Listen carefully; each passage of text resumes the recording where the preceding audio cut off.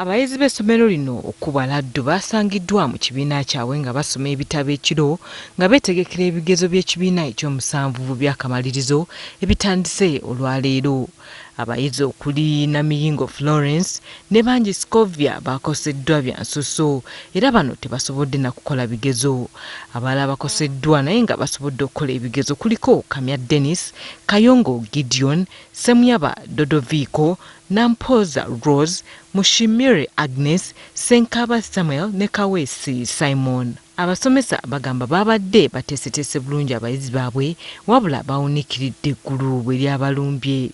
Abaana baffe abo twafunye amawulire kiro ssaawa 4 batukubira mu ssimu batutegeeza nti abaana bakubiddwa sayidi z'e Nakaseeta era twafunye ennyike y'amaanyi nnyo ne tutuukirawo ku kifo. Abaana 10 ne bakosebwa naye twakoze ekyamangu ddala ne tufuna emmotoka ne batwala, ambulance ya poliisi ya Mityana naye ne batwala.